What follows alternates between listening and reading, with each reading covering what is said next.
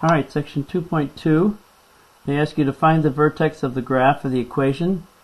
But generally you want to write it in descending order. The highest power, then the next highest, and then the constant. That way you can correctly label your A, B, and C. Remember, this is of the form ax squared plus bx plus c. Right? So your A is -1, your B is +2, your C is +8. Now to find the vertex, you always look for this fraction, -b over 2a. Well, b is 2, so it's -2. A is -1, so it's 2 times -1. That's -2 over -2, which is +1. To find the y-coordinate, you plug that value you just found back into the function. Right? Or here, 8 plus 2 times 1 plus -1 squared, which gives you 9 when you simplify it. So your vertex is found at 1, 9. Now they ask you, is it a maximum or a minimum? Well, because A is negative, or -1, this thing points down, so it has a maximum point. Okay, then they say, for what value of x is the optimum value of the function? Well, it's x equals 1, the x-coordinate of your vertex. What is that maximum or optimal value? Well, it's the y-coordinate, 9. Number 5, same idea.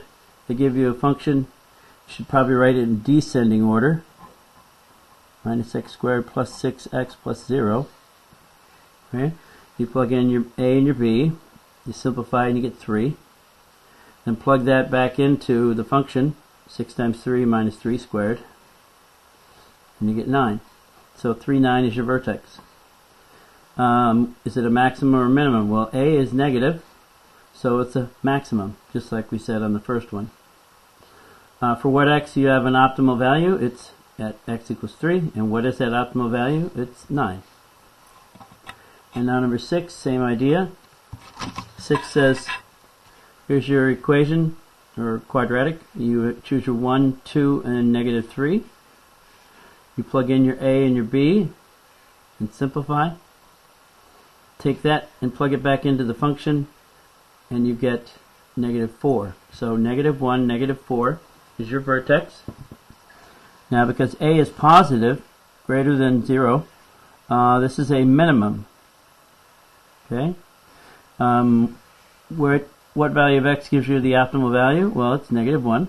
And what is that optimal value? It's the y-coordinate, -4. Okay, number 7 says determine whether each function's vertex is a max or min and find the coordinates of this point. Okay, so you write down your A, B, and C. Remember, A is the number in front of x squared and B is the number in front of x. And there is no constant, so C is 0. Okay, so since A is negative, less than 0, it's a maximum. When A is positive, it's a minimum. Alright, so you plug in your A and your B here. Simplify. Be very careful with your fractions. Remember, I flipped and multiplied here. And I get 2. I plug 2 into the original function. Simplify and I get 1. So 2, 1 is my vertex. And part C says find the zeros if there are any. So set it equal to 0. It's already factored, so I set each part equal to 0. And I get 0 and 4. Then part D says determine the optimal, part D says find the y-intercept as well, and then sketch it.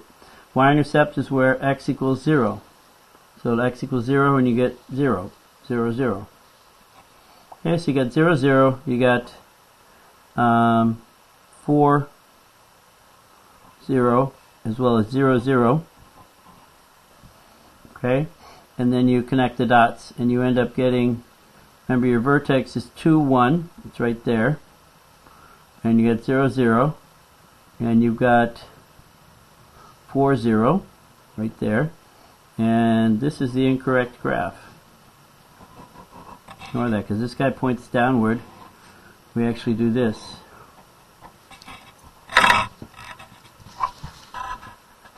Okay, it points down instead of up.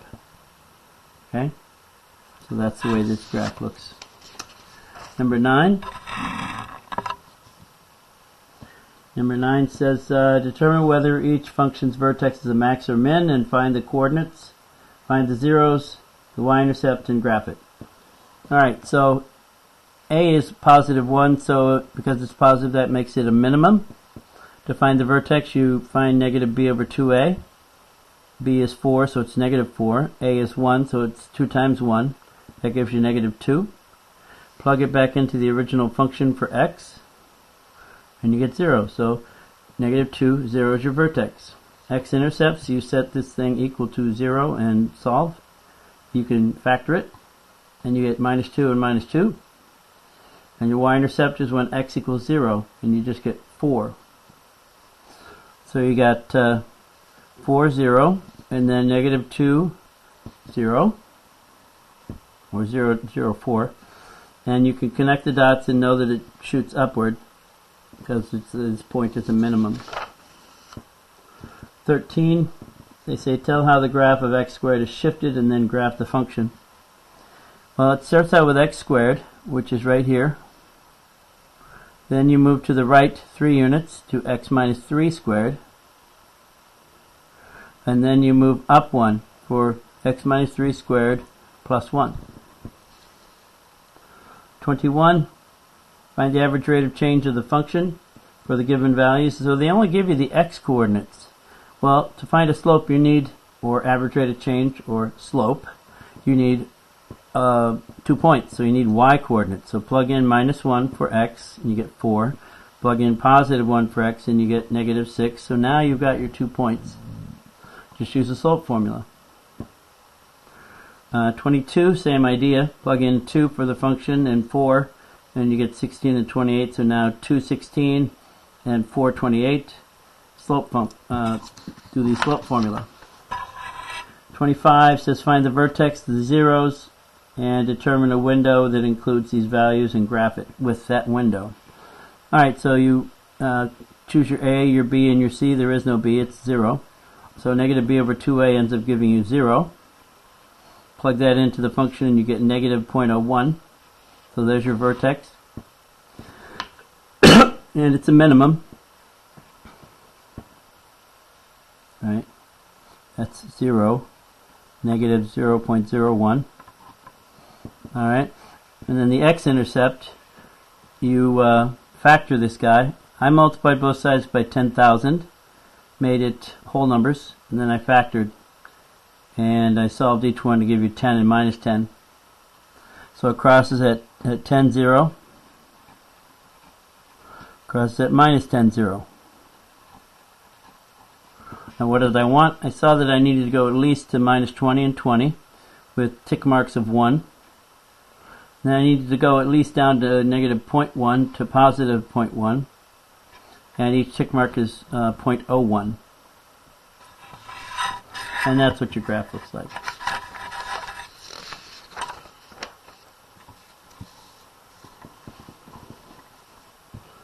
Okay, 31.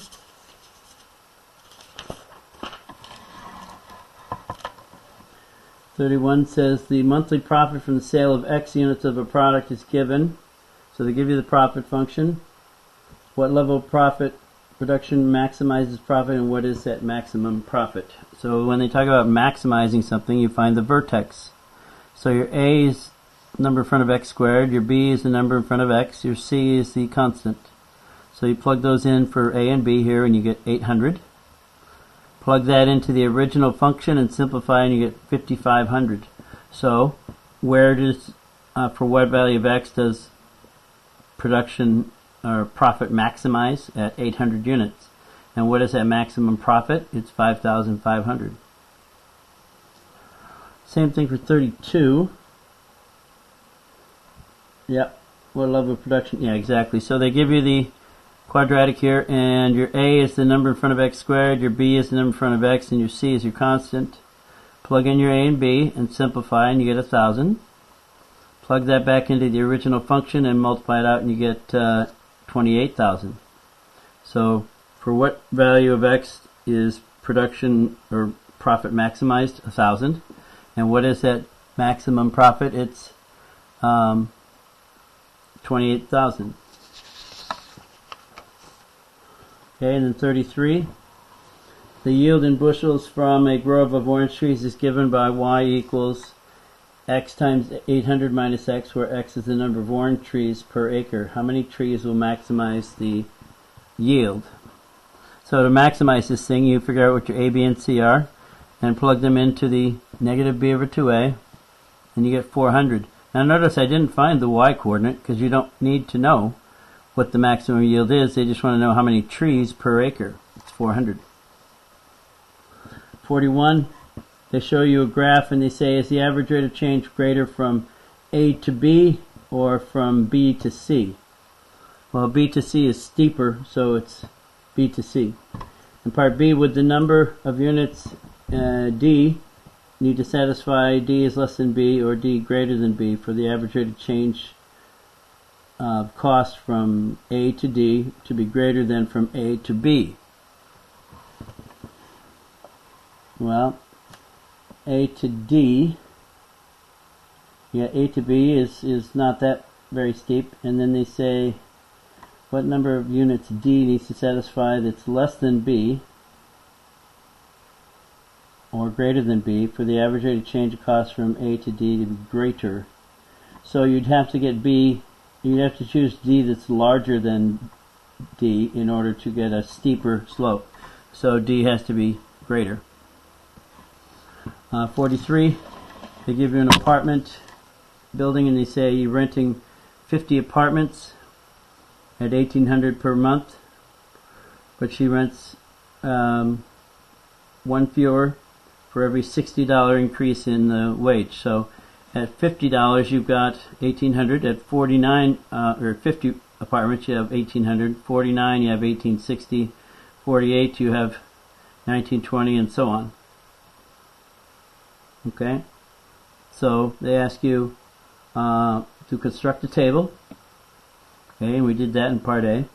Part B, does the revenue from the rental of the apartment increase or decrease as she increases the rent? Well, remember the rent is just simply these two numbers multiplied together. And the answer is yes, it increases. Part C, write an equation that represents the revenue if she makes X increases of $60 in rent. So the number of units is X 50 minus X. For each increase of 60, it's one less apartment. So if you make X number of shifts of $60, that means X apartments are gone. So 50 minus X. And what is the rent? It's $1,800, the original rent, plus 60 times the number of times you raise it by 60, X.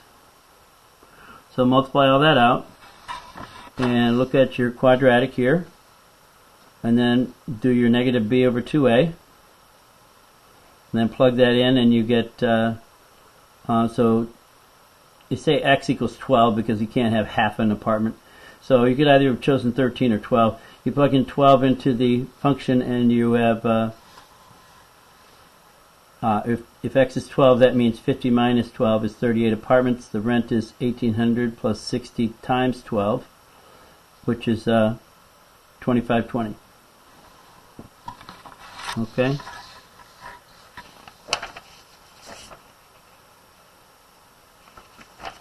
$44, they give you a skating rink. Let's do this one on the next video.